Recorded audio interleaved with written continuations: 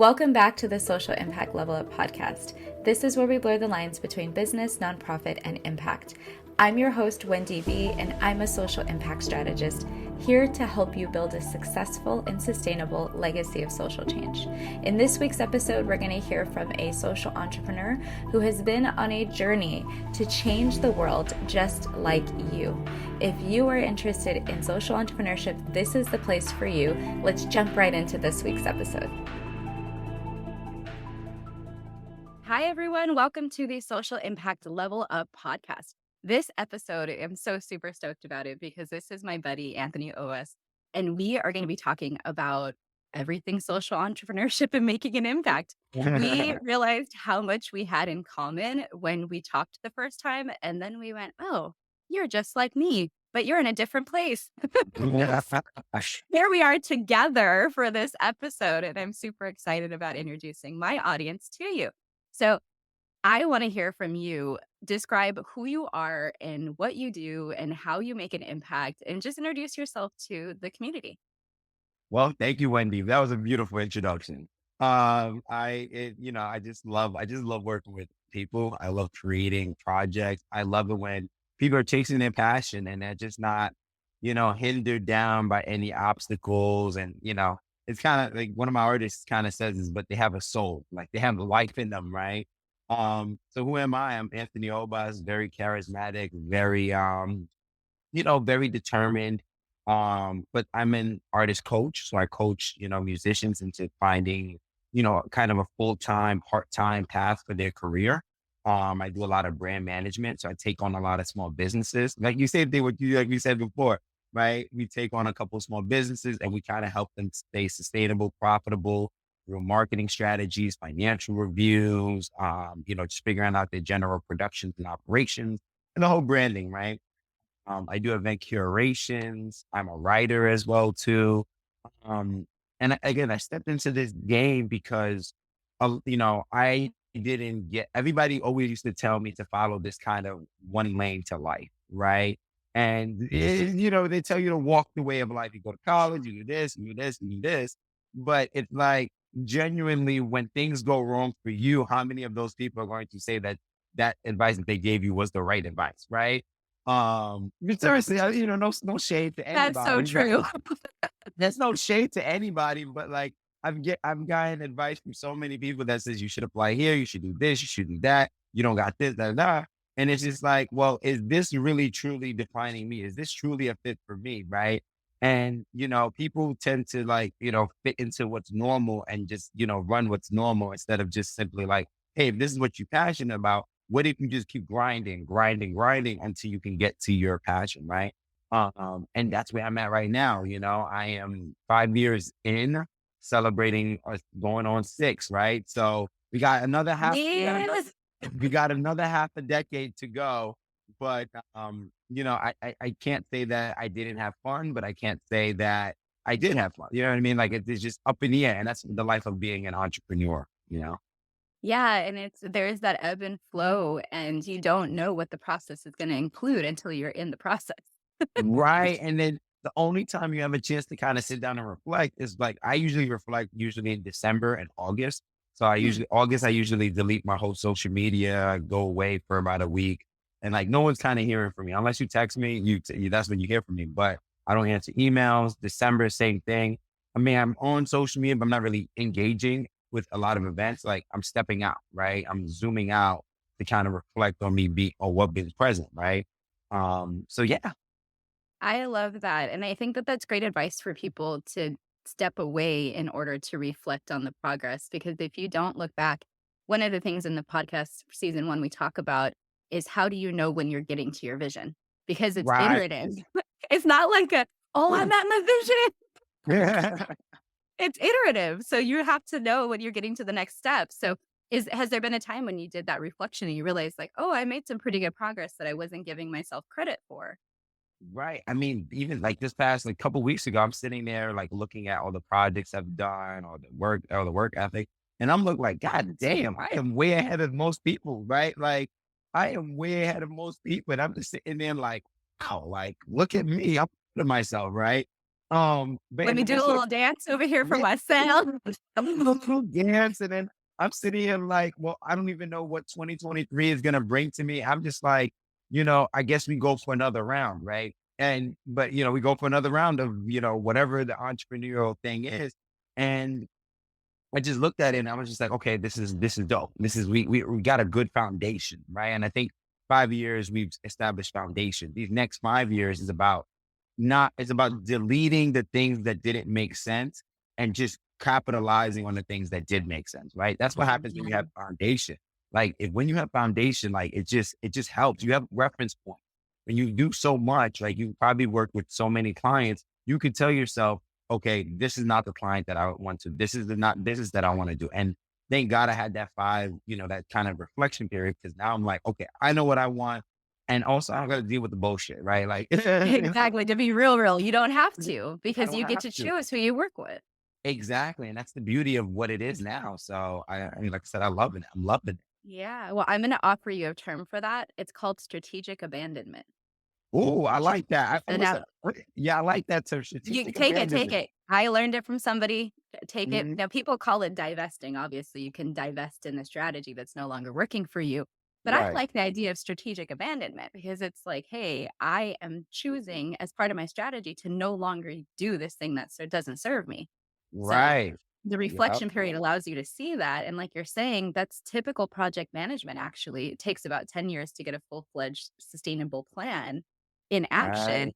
First 5 years is doing it and figuring out what's working, what's not working. The second 5 years is taking that data, refining your strategy, and moving forward to a Mhm. sustainable place. So, what you're describing is a beautiful example Strategic of abandonment. I like the term. yes, I like the it's a term. I like great the thing to term. know.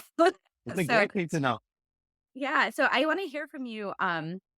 How did you discover that this is your purpose to help others? Well, I mean, here's the thing. So back in the days, just growing how I grew up, right? Like we grew up very immigrant family, my family, like, I'm the baby in the family, right? I'm the baby of the family, immigrant family. And right, it's tough when you have like when you kind of I don't want to I guess I'm the first generation in a sense, right? I would be the first generation, right? But when I'm in with me, my brother, and my sister, when we're in that realm, we are like the first generation of kids that went to college, that got the career jobs that we want to. And we didn't have parents that really helped us, you know what I mean? And I already knew how that works, right? Like when you don't have your family kind of having the tools or knowledge to help, it's like, okay, cool. Like you kind of have to do it. You kind of have to do it on your own with the resource that you have, right? And for me, I was just like, there's a lot of people that definitely has the same commonality, right? I always have a good heart and I'm always looking to help people. Like I'm always looking to push myself to help people. But the real passion to aid people into more importantly, finding their passion into turning into a career, right? Really came with the idea of rejection. So multiple rejections from certain job opportunities. Second was the politics. You know what I mean? Like and I gotta I be real. do unfortunately know what you mean. You know, you gotta play the politics. And I'm not a political person, right? Like I'm not the situation of shaking hands constantly. Well, these days I'm definitely not trying to shake hands with a lot of people. But, but Let's be real. Don't but reach out for Anthony's hand. yeah, please, please, but like I have to, you're gonna have to like shake hands with people, kind of be friendly, buddy, just to get a little leverage. And I'm like, that's not fair. That's not fair for people that generally have a passion. They may not have the skills, but if they have the passion, like listen, like hard work beats talent when talent doesn't work. You know what I mean? That's one of my favorite quotes to the day. So when I discovered that, when those denials, those rejections came to me, I'm like, I can't wait for nobody, right? I can't wait for nobody. Like, if you ain't gonna help me, I gotta help myself and I gotta help my people as well too. So that's But that, do you think that's some of that comes from that, like you were saying, being the first in your family, first gen sort of mentality of like, essentially knowing that you need to pull yourself up from your bootstraps and yeah, make something happen for yourself because ain't nobody yeah. coming to rescue Ain't you. nobody coming to rescue you. I mean, like, I'd be honest with you, my mom, my dad, my brother, my sister, they're just hustlers. You know what I mean? Like, and it's just like no one's coming to come, no one's there's nobody's gonna throw a bunch of money saving down on you. That's not happening like that. Like that's just not how life works, right? And You can ask for the handouts all the time, but how long do you keep asking for help, help, help until you get the help that you want to get, right? And I think that you're right. It definitely came from them, and I'm always happy that it came to there's other people that just like give me the handouts, and they get the handouts, and that's not the lifestyle I want. Yeah, or they don't get anything, right? They Because don't there get any sometimes isn't anything to hand out. right. No, it's true. So It's true. It's true. you gotta It's make it true. happen on your own. No, and I have the same I'm also first generation, gone to college, went to grad school, like, all of that stuff, but nobody helped me fill out the FAFSA. I was the Oh, one who then had to help other people fill it out after, right? Yeah, crying about that experience. that is, don't even get. When I filed, just backstory. When I did the whole college application, I didn't realize, you know, how all my schools were private, and to this day, I didn't even apply to any SUNY CUNY schools. I'm like, why did I apply to state schools? Like, The things you would do differently. yeah, the things that I would do differently. I'm like, why would I? I was like, you know what? I was blessed and fortunate with Syracuse, but like, just thinking about, and now anytime I talk to people, kids that are going into college, I'm like, listen, go to a college that has a lot of resources that's cheap because no way you can come out there being behind 5 steps. You know what I mean? Yeah, and especially if you don't have independently wealthy parents who are gonna pay for your Right. private Okay. education Yeah. for you. Let's put it like that. Let's put it very bold and clear. Like if your parents are making over 6 figures, like college is going to be a very struggle for you. Yeah, even if they haven't saved for your college education, it's gonna be a struggle for them while they're trying to live and pay for your Right. college. So it's all around a struggle if you're not already hooked up. But that's why Right. it's cool now people like us who are exploring entrepreneurship, we have the opportunity to build that generational wealth for us and for the people who come after us. So, Right. you're unlocking that for other people, which is awesome. Do you want to talk about like how you help people, structure their mindset right to to get out of that victim sort of mentality, Oh. survive mentality into the thriving mentality? Like what are your tricks?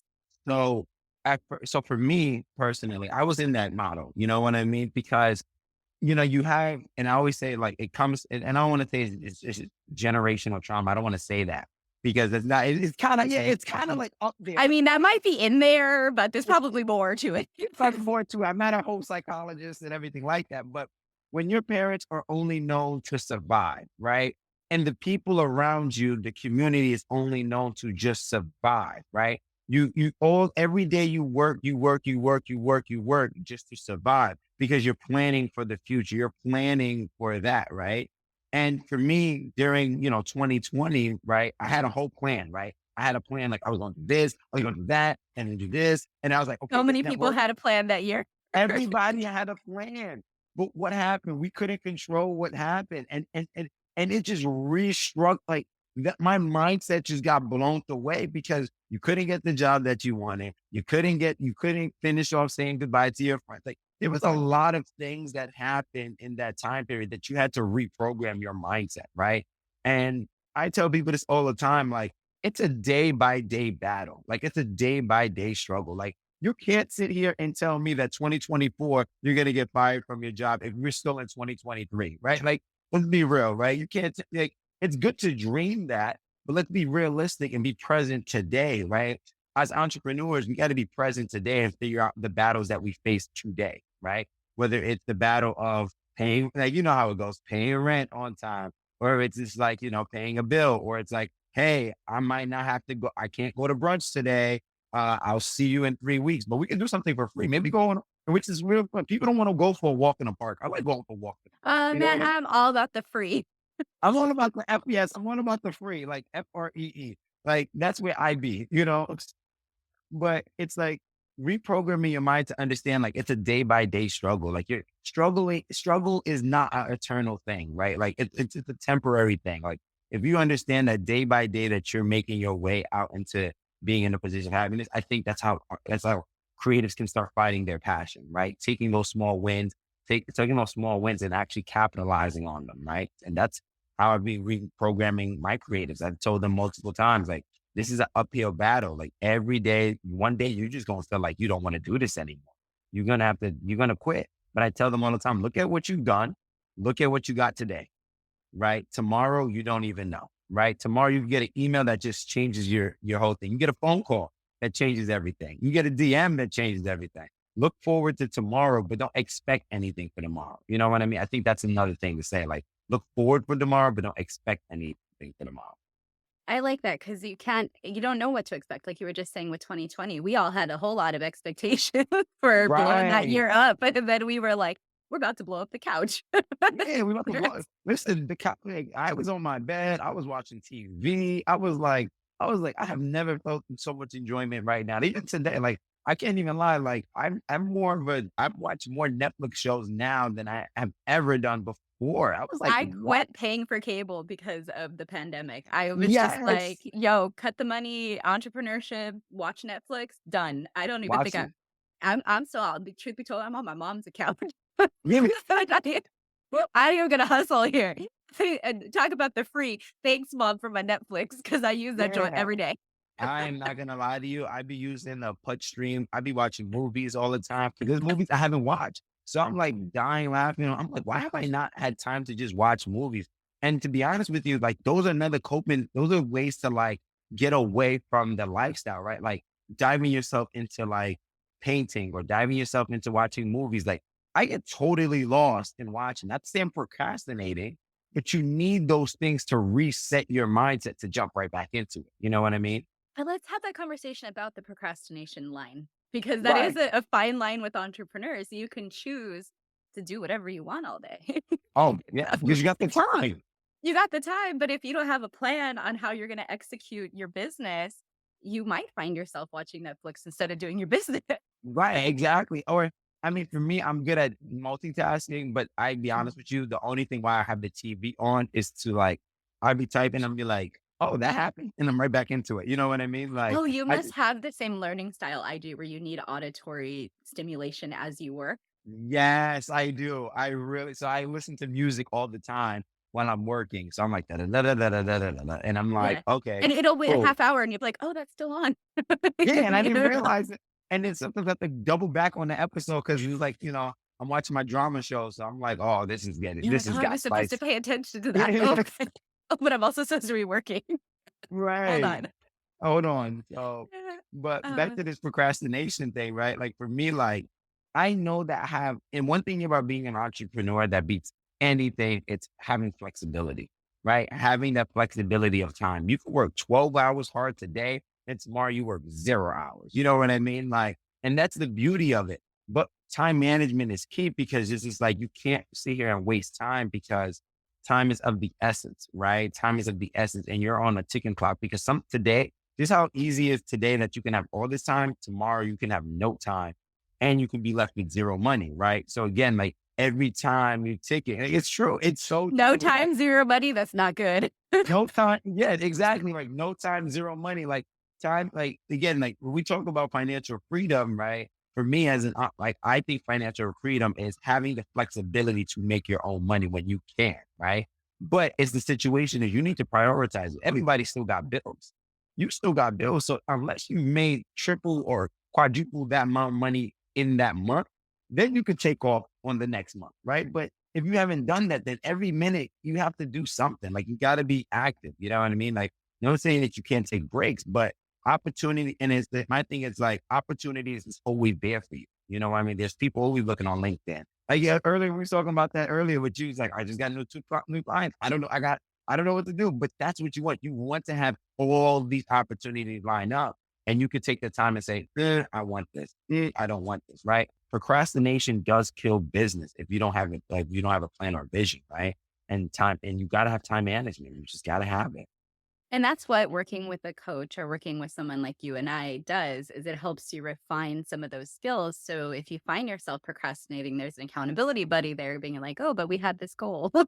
And then, Right. we're trying to work towards it. So how do you support your entrepreneurs in staying on track when you see like they might be moving a little bit towards the procrastination or off towards, whatever they were whatever distraction they have going on? Well, I always say there's no breathing room for procrastination because for me, it's like they always see me on the go. So there's no way for me. And one, if you see me on the go, that means you should be inspired to go, right? That's one. Second thing is also the fact of I'm always communicating. I'm always on people's ass. You know what I mean? Like you gotta stay on people and you gotta hold people responsible for things, right? I give people certain assignments. Okay, you're doing this for this, and you give people hard deadlines, right? Like I like to give, hard deadlines. I'm like, okay, I'm responsible for this and this is due on this. While you are also responsible for doing this to do that. That way that when it comes down to it, we can hold each other responsible for it and say, okay, yes, this is what we did. This is what we did. How does this move on? Right. I will always say this. This one thing I've also learned is sometimes the time might not be right. You may have planned everything perfectly to the T, but then it's always about time. And I always mention this for events, right? Like you put everything into the marketing, everything into the budget, everything and then and it's just like you do the event and it snows. And you're like, I did not expect it to snow. Like, Unplanned circumstances out of your control. out of your control. And what are you gonna do at that point? Like for me, back in the days, I used to have a panic attack. I'm like, "Ah, and then I just be like so pissed off. You And could I be in just the corner crying. it's either that or I just be in a corner like this. And I just be like, oh, I just be hot. Like I'm Just steaming by just yourself. Don't screaming talk by to your, me. I don't talk to me. I don't, and usually what ends to cheer me up is a nice plate of food. And I just be like, okay, I'm a little bit back to normal. Oh, so But we just got to feed you to stop you from being a gremlin. yes. Okay. Food will always make me All happy. right, y'all. If you're listening to this episode and you see him with the face, you need to just get some good food, preferably some good Haitian food over there, real quick. Yes. Oh man, and that's what's gonna make me happy, And um, but yeah, like I was saying to you about that, it's just like that's how you kind of stop people from procrastinating. You got to set hard deadlines. You got to be constantly communicating. Communication has to be key on both sides, right? Hard deadlines, keep showing people responsibilities, right?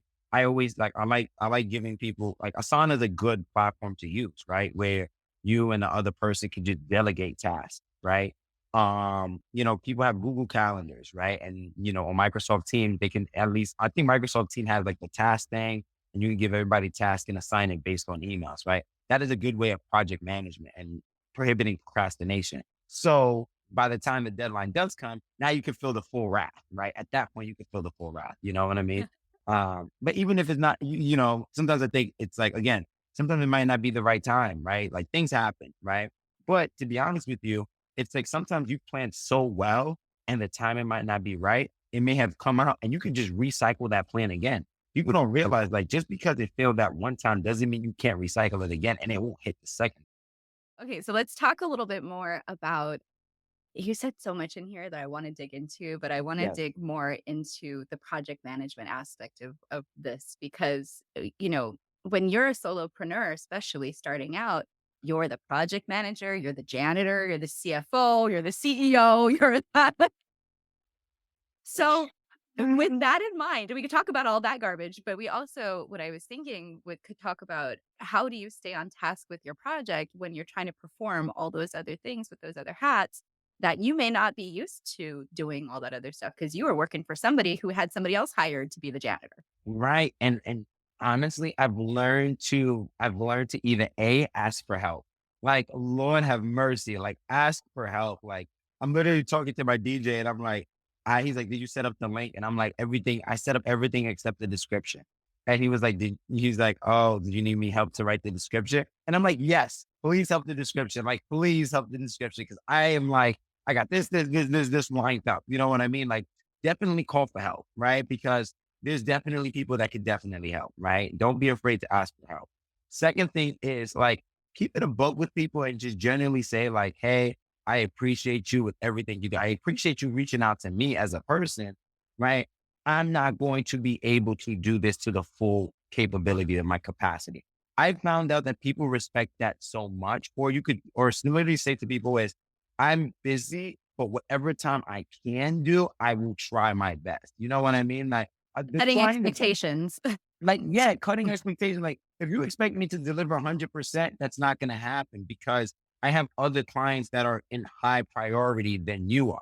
Right. And a lot of people kind of find that very because they'd be like, oh, I should be the high priority. Well, in this reality of the world, it's like And you may be next week, but this week you're this week they're not. And to be honest with you, like, and this might sound very selfish and everything to me, but like, if we're talking about high priority, I am the high priority, right? Like my business doesn't thrive without me putting me first. You know what I mean? Like I have to get my brand image right. I have to be constantly networking with people. I have to make sure that whoever the strategies I'm doing, the financial reviews is accurate. Like the business thrives on me first, right? So if I'm not right, how can I sit here and invest my time into other people, right? And not to be selfish, but it is true though, right? Because everybody's like, I don't want to say self driven, but everybody is the biggest investment is you at that point, right? And it's like, how can you sit here and tell, me that I should put you as a high priority when first of all, you already like putting me as the higher investment. Like you should have been the high investment. Like with or without me, you still got to get it done. You still got to get it done. Like you still got to do it. And You know, everybody is responsible for their own wellness, right? So everybody. if you don't pay attention to your wellness, nobody else is gonna do it for No you. one's do it, and all these, and I'll be honest with you, I don't think clients are really considering people's wellness, right? I don't think that they Mm, just it's more about, okay, here's the task, here's this, get it done, right? And it's more mhm. about like, yo, how are you doing in the process of you getting that task done, right? Yeah. That's why another thing I think project management, we need to do check-ins. Like, how are you doing in terms of getting the task done, right? Like, let's check in. Sometimes I don't check in because I basically have a good balance. So I plan out my week and I say, okay, this week, this day, I'm focusing on this specific client. I'm focusing on this specific task. All the other days, it's that everybody has a dedicated day. Everybody has a dedicated time. That if that is the time I can allocate, that is the time that I allocate. Because in between that, I have to cook, I have to clean, I have to go to the gym. And then I also have a social life that I have to balance. Right. And let's say I cut off my social life, but I got to balance that. If I'm constantly talking to other people, and then when I want to talk to people personally, like my social battery is going to die out at some point. Right. Like, Yeah. um, Oh my god, you only have so much fuel for you to I do only all of those things. I only have so much fuel for me. So it's like when I choose me, it's like it becomes a problem, right? But when I choose me, everybody just blows up in flame. But when I choose other people, it's perfectly fine, right? And it becomes, you know what I mean? Like it's It's, like, again, like sad but true, yes. it's very true. It's sad, but it's true, So, you know, um, but yeah, when it comes to project management, checking in, like allocating time properly, right? Like, and allocating how much, again, like I strategically figure out how much time I'm going to need on a specific project, right? Like if I'm doing a PR campaign, right? Like, first of all, I probably need like about 10 to 20 hours of just researching who am I going to reach out to? Once those 10 to 20 hours is up, I'm on to the next phase, right? I did all that I can for the 20 hours, right? And then next phase is reaching out to those people. I know that there's a cheaper way of doing it without having to like go through the whole process, right? Like a lot of people send generic emails, right? Which is technically sometimes the case, right? Like I'll be honest with you, I copy and paste a lot of my PR thing, right? Like it's the same body. I just change it to hey, blah blah blah, or good afternoon, or da da da da da. You know what I mean? But it's the same. The body's still the same, right? Um, But that's but good because there's consistency in the messaging that it's consistent. Yeah, helps you it, out in it the long run. it does. It does. I mean, like I can't like again like when it comes to PR, like I'm reaching out to about 100 plus people per day, like to get them to notice you, right? The rule is you gotta reach out to 1,000 people just to get that one deal, right? And it's just like that's tiring. Like that is tiring. Yeah, if you don't have 1,000 people following you every minute, I don't Then see very many behind you right now, but what?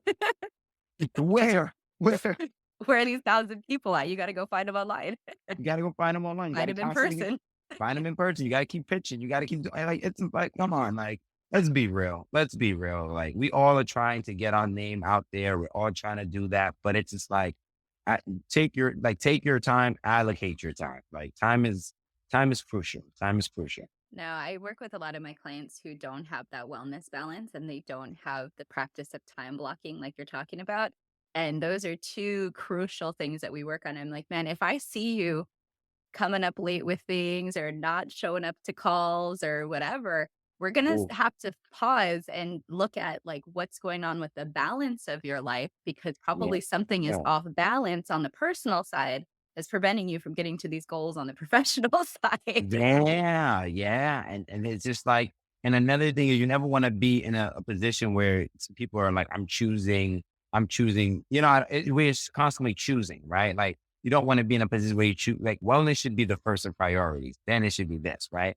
But then it should be like, okay, am I allocating enough time, or is there something in my wellness that I need to change in order for me to really give this, the effort that it needs to give, right? And like a lot of people don't realize that, right? Maybe it's your sleep pattern. Like for me, like one of the biggest problems with my wellness is I didn't get enough sleep. Like, I am like super guilty of that. Super like, guilty. I'm still trying to find a balance in that. But like, like some days I go to sleep like at 10 o'clock and I get up at 6 a.m. and I'm like, wow, I feel great. I feel good. I feel motivated. And those are the best times. You know what I mean?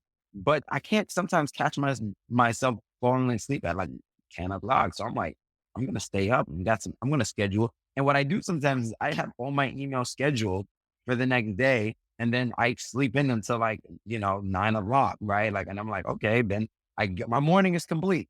I can focus on the But afternoon, everybody thinks right? you woke up at 6 a.m. that day because they got an email Everybody, from you at well, 6 that's a.m. See the hacks we give on this podcast, y'all. that's a jam. It's a beauty because it's like I'm like, why do I gotta wake up early in the morning to send emails? Like I cannot focus in them. First of all, I am not a morning person like that. So it's like my brain takes a little bit. It takes a long time for it to realize like it's the morning, right? It's the morning, right? And I think morning is like my best quietest time. Nighttime, oh wow, I'm up active, like, and that's because I'm in the nightlife scene. Like, you know what I mean? Like I'm up, I'm active, I'm ready to go.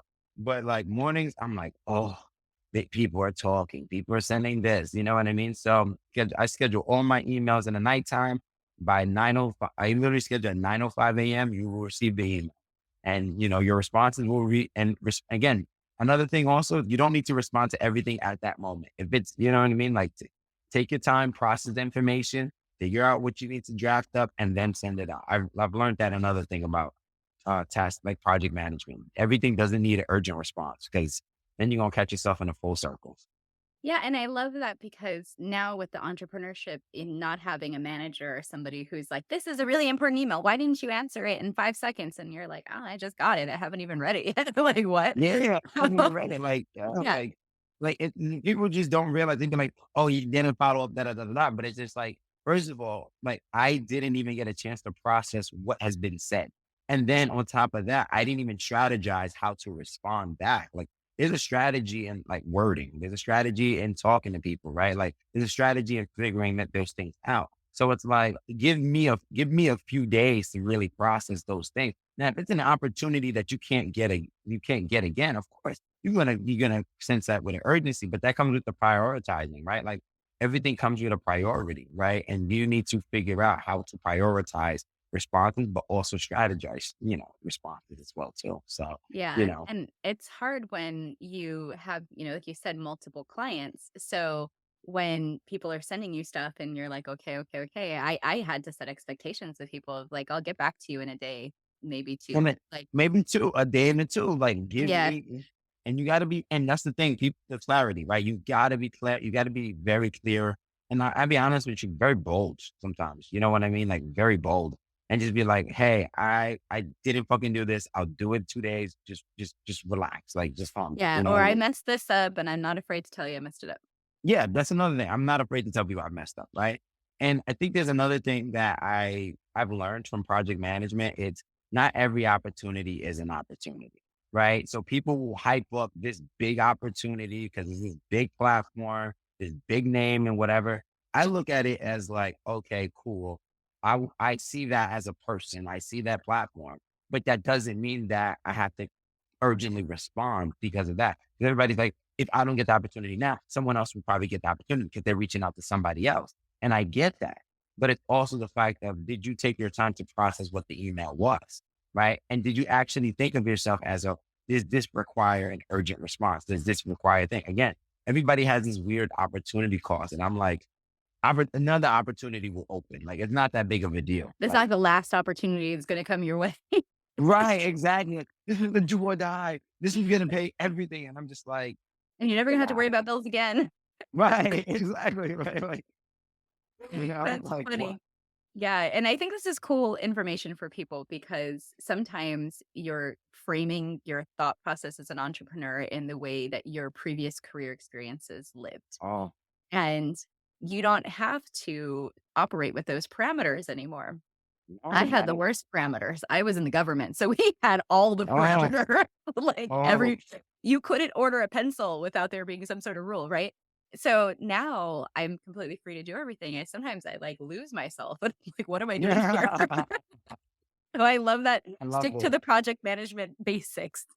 Right. These are the most basic stuff, but it's just like just keeping them. And the thing is, you're not. I always think of this. I like this when it comes to project management and being an entrepreneur. This is the thing that always pisses me off: micromanaging and like micromanaging. It's like it's just a weird like. Oh, it's a weird form of passive aggressiveness. It's just it's very. And let me be It's honest so with you, true. it's so passive aggressive when people are micromanaging you while you're doing management. Cause it's just like, I know what the project task is. If I reach out to you, I will ask you for the help. I assume that you understand that if I need the help. Right. It's not like I'm messing, like it'll be different if micromanaging someone is the idea of A, they're starting, or B, they messed up on previous projects. You have to put you in them together. That's micromanaging. But if someone's completing the task, getting things done, where is the point of you micromanaging? Now you just want to be an asshole, right? You know what I mean? Now you're just in Um, here for no reason. for no freaking reason, for no Yeah. reason. And it's just like, like again, micromanaging all about is again, I find it a very form of passive aggressive and just generally saying to someone like, you need help. Why did you ask for help? Da da da da da. Right? Like it's just like, oh, can you da da da? It's just like, oh. So And in I love Oh, go ahead. yeah, but in project management, I think there's that big like cutoff on micro. Like you are the manager, right? And you can manage. You have to be able to understand what you can and can't manage, right? Like there's no one that's trying to micromanage you. Be like, hey, did you do this? Why didn't "Hey, you do Anthony, this? that was due 15 minutes ago." That was due 15 minutes ago, and I'm just like, it's only 15 minutes, but okay, like relax. You know what I mean? But pacing, right? So. Yeah, and you said something really cool in there, I didn't wanna gloss over it, that you have the power to choose if this is the right opportunity for you. So Right. how do you like, when an opportunity comes to you, how do you judge if it's the right one? Okay, so this is how I judge it. So that is a very great question. So when an opportunity comes to me, the last thing I take and consider, the last thing you should start off by thinking about is financials. Do not take it because of money. Like just you have to really program yourself and say, I will get something better. Like I think that is something like if it's money that you take, if money is your first criteria of judging, then that is terrible. Then no, right? Because you're gonna end up, yeah, you're just gonna end up in a bad loophole, right? So that's the last thing I judge, right? First thing I think of product and service differentiation, right? Like, how is this client different from anybody else that's in the field, right? So, for me is I'm working with this barbershop out of is it Tacoma? No, Vancouver, Washington, right? And they focus on CBD aftershave and, kind of enhancing oh my God, it's amazing. That's really Um, cool. Okay. right. Shout outs to my boy Hanif. And basically, Yes, shout outs it shout for out to, I sure. gotta give, I gotta give a shout outs to him. And I was recommended from my homeboy Tope. And, we've always been in communication and stuff like that. And I've always knew Hanif. So when he dropped his line, the Great Shape Supply, Tensors Great Shape Supply told me about this CBD aftershave. I'm like, okay, let me get a sample product of the aftershave. Oh my God. It had aloe vera in it. It had it had the chamomile or something in there. Like the ingredients were so fresh and I smelled them. I'm like, oh my God. Like if you put a little aftershave on, you're gonna feel good. You're gonna smell good and feel good. Cause I know I don't have that much facial hair clearly. But I know a lot of other people that have aftershave when they shave, they get a lot of bumps on their razors. So like the aftershave cooling does the cooling down, so you don't have those bumps when you're constantly moving around, as you know. So when I found that out, I'm like, yo, this is a problem that solves a solution, and here's the solution. Like this is a good entrepreneurial thing, And I was like, this is it. I want to take that because second thing is also it stepped me out of my normal thing. Like I was so used to doing music project management. Now I'm doing grooming project management. And when I found out there's like, you could do so much where you can have people model for it. You can have it placed in barbershops. You can have it placed in retail stores. When I'm doing all this research and digging into it, I'm like, I'm having fun with this. I like that. Like I'm fun. And before I even fully accept it, I'm already gearing myself ready to take on the project. So I'm researching the grooming industry. I'm researching this. I'm like, yo, this is it. I want to do it. So then after that, then I just proposed the money. You said, bet, be in there. You know what I mean?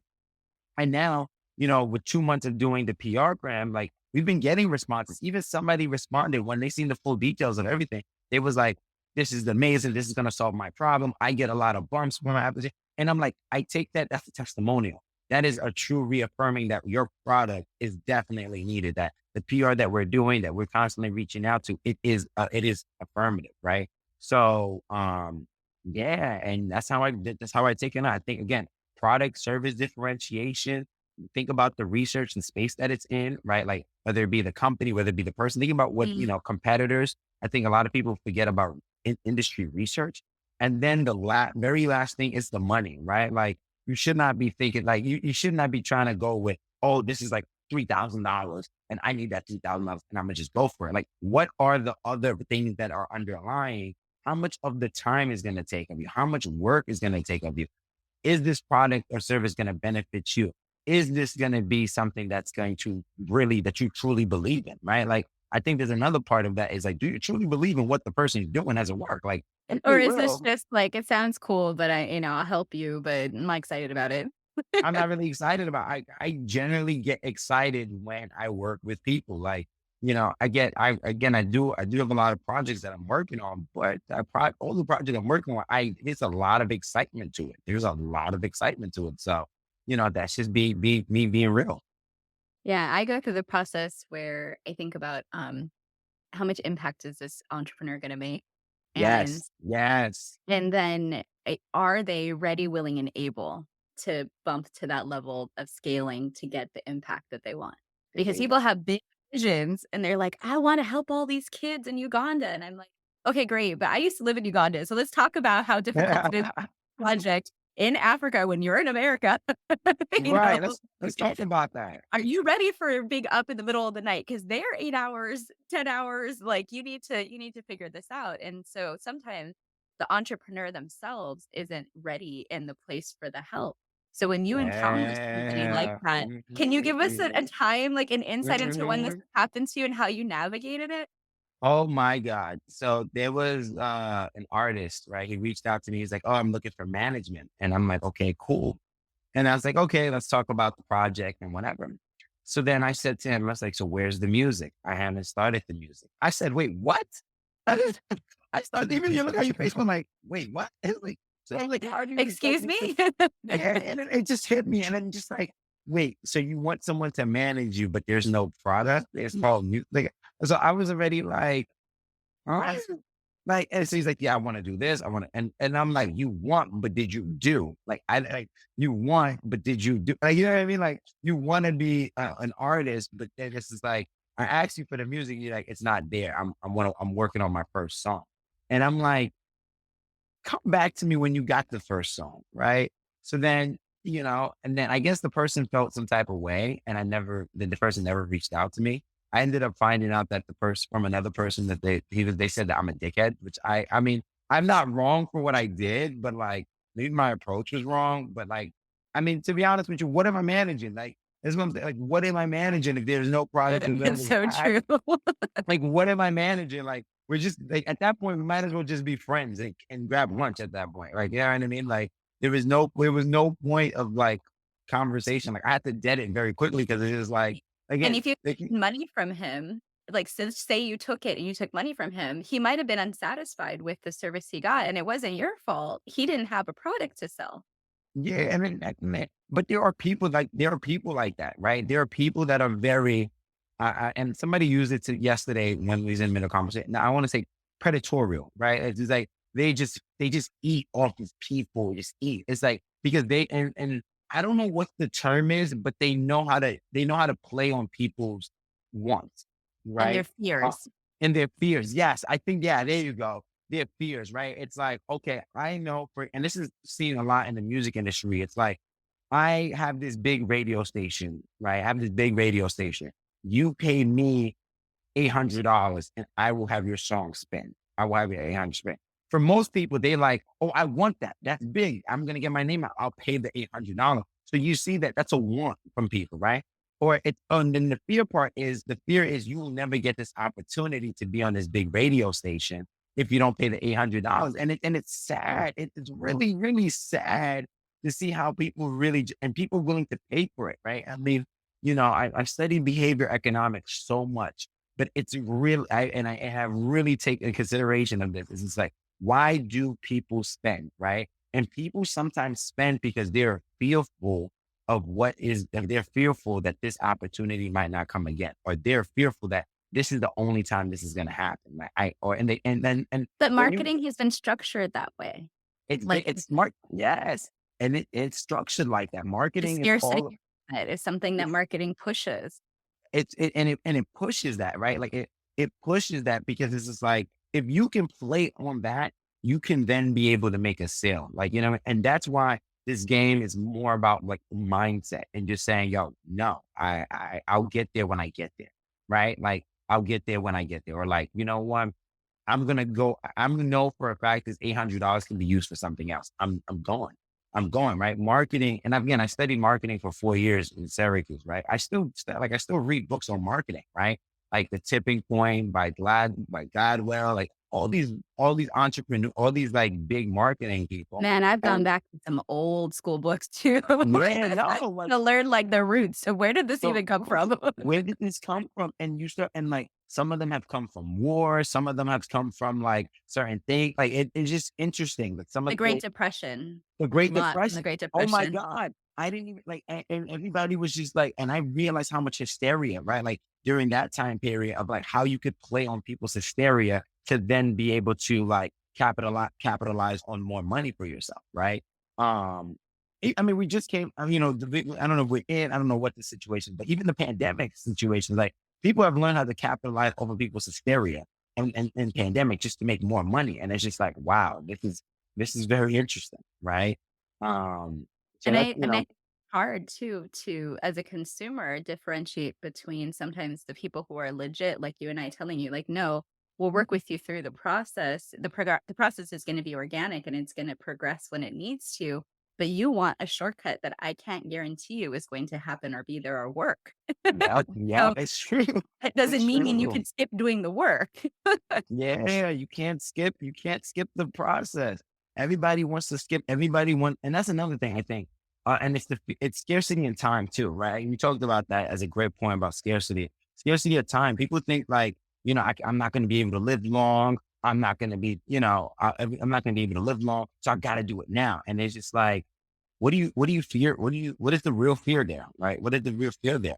Right? Like, to be honest with you, I can generally think, like, if I die today, God forbid, like, I am happy with where I'm at right now. Like, I'm happy. I'm genuinely happy. I've done everything that I could. You know what I mean? Like, I wrote a book. I've traveled to London. I've traveled all around the States. You know what I mean? I've lived in DC. I did the life that it was presented for me to do. Like, so there's no fear. There's no fear of like, I gotta do everything like I did. It's like, what's that movie? What's her name? Queen Which one? Latifah did. It's like she had like 24 hours to live, Oh and yes. she, I know what you're talking about. you And she know, like she wiles out.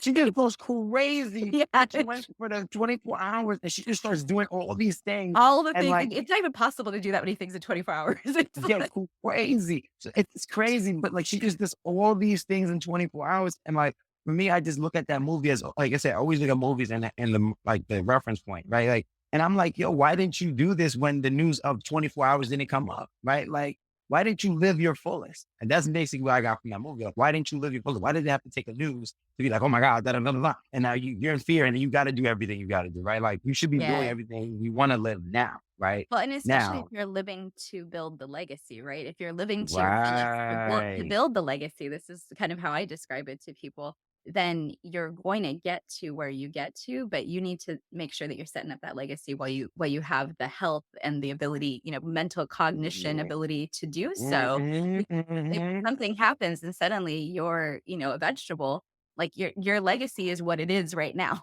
It is what it is right It's now, right this and moment, right now. you can't change like, you can't change it, so, like, you gotta live your best life, you gotta live your best life, and the only way to live your best life is to say and, like, going back to this when we first started, that mindset is that mindset of, "Yo, today is the day, and I'm gonna live the fullest for today." Like, tomorrow brings what? I don't know, but we'll see, you know what I mean? Like, Well, yeah, who knows? who knows? Who knows? Like yesterday, it was completely raining in New York. Today is completely sunny. Right? Yesterday, I was like, I don't even want to leave my house. And now today, I'm like, oh, I gotta get some sunlight. I gotta get some fresh air. You know what I mean? Like, so I love it. Well, I a love it. sunny day in New York after a gloomy day in New York is like spring just came and like, Yup. you And know, spring just came, and I'm like, wow. Like, I mean, yesterday I'm walking in the middle of the street, and I'm like, I said, I was like, I see, and this, I felt so bad because there was a 5-year-old next to me. I'm like, it's fucking snowing in New York. I'm like, what the fuck? And then I just started saying, and I'm like, oh my God, there's a 5-year-old kid. I'm like, oh, ears. yeah, earmuffs, earmuffs, sorry. Earmuffs. Yeah. And I'm just like, earmuffs. And, but then it's just like that. Like, you don't know what to expect on the day to day, you know? So, Let's have that conversation about the cussing in your content because I think that this is something that I cuss like a sailor if you met me, like in real life, to be like that girl. But legit, one of the things that saved my life when I was traveling in Africa was cussing. I had to wow. cuss out a grown man who had me by the arm and was about to abduct me. And Wow. everybody around stopped in this taxi park and looked at him. And that was how he was like, what are you doing to this white lady? Why is she cussing you out? We don't cuss in Uganda. Why are we hearing these words right now? And Wow. That's they crazy. stopped and saved me. So to me, I'm like, live and say the way you're going to say. But now something's changed in our society about censorship where you can Oh, talk a little bit. So you're in the arts. So could you talk on this? Like, what is your oh, perspective of all this? well, and it goes back to this idea of, I'm going to say the 2 words, cancel culture. It's really what it is. You know what I mean? And, You had to say it- it. I had to say it because it's like it's censorship and everybody's talking about like what should be said and what should be regulated to be said, right? Because everybody thinks they have a platform, right? Like everybody on the platform, they feel like they have to say they have an opinion, but no one's bringing up facts and to support that opinion in terms of what they are, right? So for me, cussing for me fully expressed it fully expressed how I feel. Like and sometimes it's reactionary, but that's just how I feel, right? Like if I'm like, fucking A, like you're fucking A, like you're a fucking asshole, right? Like I'm expressing anger. Like I'm fully expressing anger. Like, I'm fully expressing things. The only thing that you can't be fully expressing is hatred, right? You know what I mean? Let's keep it a stack, right? Like you can't sit here and be like, oh, I have a platform. I can express hate. Like, no, like that doesn't work like that, right? But if I feel a certain anger, if I feel like happy, I should be able to fully express I should be able to fully express, but it should not become at a detriment to other people. That's what it should be. And I think as a society, we should, be better at communicating how it hurts, right? How it hurts. Where's the pain point, right? Where is the pain point and why is it painful? Like, with censorship, I think there's that sensitivity, right? There's that sensitivity part where it's like, oh, censor all things bad, censor all things, that's not good. And it's just like, well, we're not really having those uncomfortable conversations now, right? We're not really kind of understanding, why is this person ignorant? Why is this something bad? Because there's an educational part to a lot of, cussing and stuff like that. You know what I mean? Like, there's an And educational it also sort of cancels people's lived experience, right? Yes. Yes. So if you come Yes. from a certain area or a certain neighborhood or a certain place where that's normal, how you speak, that in your vernacular day to day, you're kind of canceling their ability to express themselves in a way that's normal for their experience. Right, exactly. It's no and you have to understand, and that's I think again, it's all back to the sensitivity thing, right? It's like you have to be able to understand, like, yo, I'm confused. Like, sometimes you can look at them like I'm confused. You know what I mean? Like I know this is such a big thing now. It's like when like Spanish people like pass and uses the N word, right? And Oh some people yes. be like, Can we have like, this discussion? Because I'm still yeah, confused. I get when my African American and Black friends start using the N word, I look at them and I'm like, I'm like this. yeah. What am I supposed to do during the headlights? No, but it's like for me, it's like.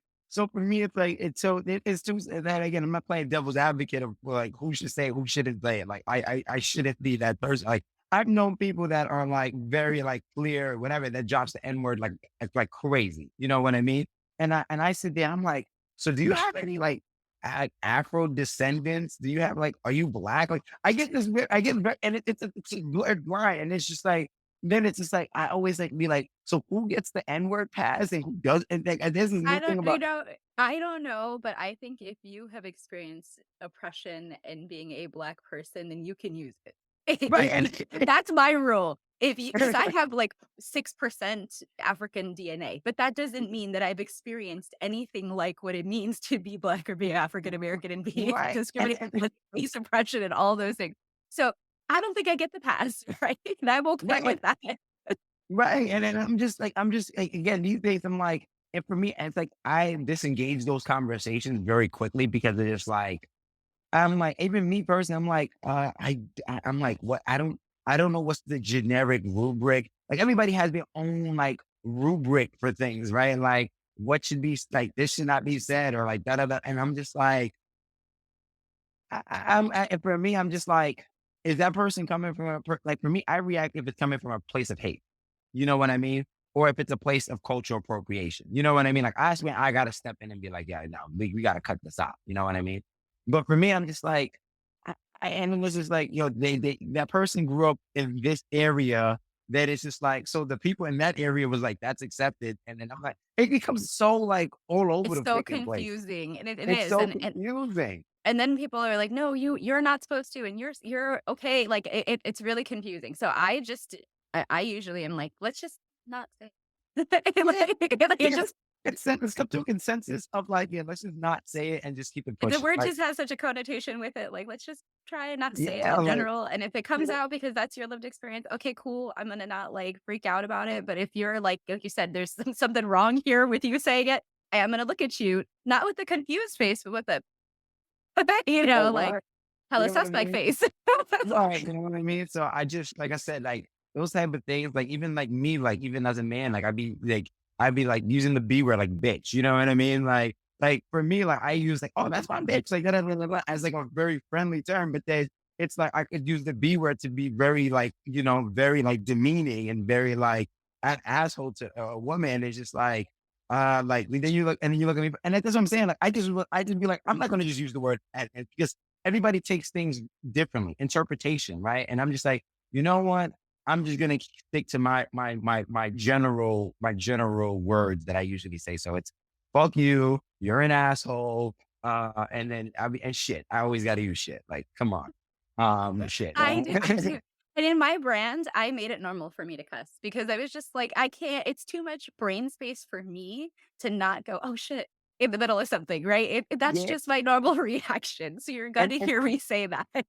And the also thing is also I'm not in school anymore, right? And I think like this idea of vernacular being very proper and very Western is just like, no, I can't do it. Like I think there's when you could teach people how to speak slang, when you teach people how to speak a different language, you also teaching people another form of culture, right? Like I know for a fact whenever I go to Cali, I use folk show. You know what I mean? Like, For sure.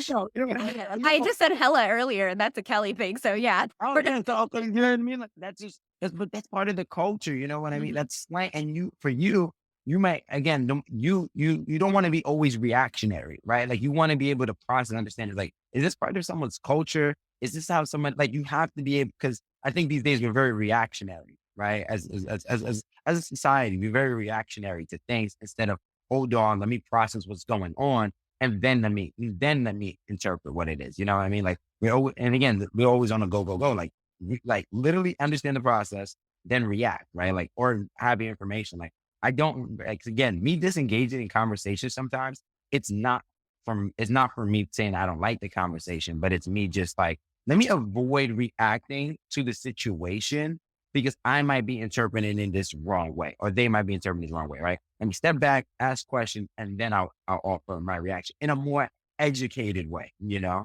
Yeah, and I Um, think as entrepreneurs, like you like you were saying before, you have the ability to take that space, right? To step back and right. say, I don't need to respond at this very moment. I can respond like when I have the right words for this, or When I I have the have right words. less emotion or whatever it Yeah. is. Like, I'll be honest with you, that has helped me so much, so many times in business, especially like these last 2 weeks, because I had a client literally just talking dirt behind my back. Like it was smiling in my face, like, hey, da da da da da. And then, my boss, literally came at me and I'm coming at my boss, but then I'm just like, wait, hold on. The common denominator were the people that literally just started this whole conversation. It wasn't, you know what I mean? So we just said to ourselves, we're not, so me, I apologize, he apologized. We were like, we're never going to have this happen again. We figure out a strategy now. Now that way that no one can mess with us. You know what I mean? If anything, you just made us stronger. So you might have defeated your purpose here, but Exactly. You might have defeated your purpose. And again, but the thing is, in that thought process, I was like, oh, I was telling my colleague, I'm like, I was thinking about, I'm leaving. We was in the middle of conversation. I'm like, I'm leaving, da da da da da. And after that, I was like, you know what? Have this conversation, right? And I told him where he was wrong at, and then we communicated, and then it was like, oh, I see your point, and that I'm wrong for not hearing you out first. And I'm like, hey, man, I'm not always right, but I told you so. no, I mean, no one's ever always right. Exactly. That's the thing is I think we all have our own perception of when we're right, but Right. even sometimes when we think we're right, we may not be right. Of course. Of course. That's awesome. Well, I know it's been a while. I want to make sure I get this episode wrapped up in a nice way because we've had such a lovely Great conversation. conversation. Great You and I could conversation. talk for like 4 hours, and Oh people my are like God. not going to listen to a 4 hour podcast, but I'm sure they've gotten an earful throughout what we talked about. I want to Right. get back to the who do you serve and how can people connect with you? So, if you can give a brief informational tip to people who might be interested after hearing you and what you talk about and how you work, if they're interested in working with you, what can you do to help people and how can they reach you? What's the best Yeah. way?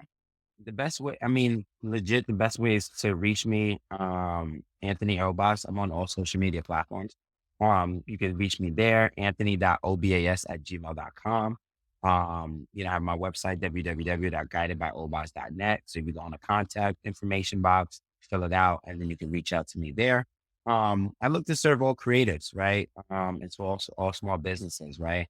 And again, the goal of us is to take what you're passionate about, take the product, take the service that we let, and transform it into a profitable, sustainable model that way it inspires people to constantly come by, but also inspires people to constantly like see value with the product that you serve. So yeah, that's a good way to wrap it up. I love it. I love it. Well, thank you so much for being here and spending this hour with me. I feel so pleased that you took all the time out of your busy schedule to be here, but also just to share all this knowledge with our audience. So I'm super excited to have you, Anthony.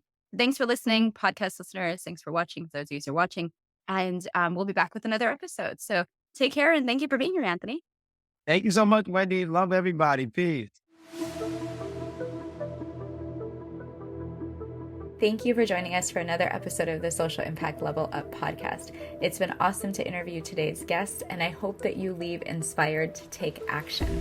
If you're looking for any of the information we spoke about, it's probably down in the show notes. Make sure that you're checking them out and you're clicking on any of the links that seem exciting to you. If you are looking for a coach or a consultant to help you with your social impact or your sustainability, reach out to me via my website, hop on my email list, or jump into one of my programs. All of the links are below. So excited to have you as part of the collective. Make sure that you come back and join us for another episode next week.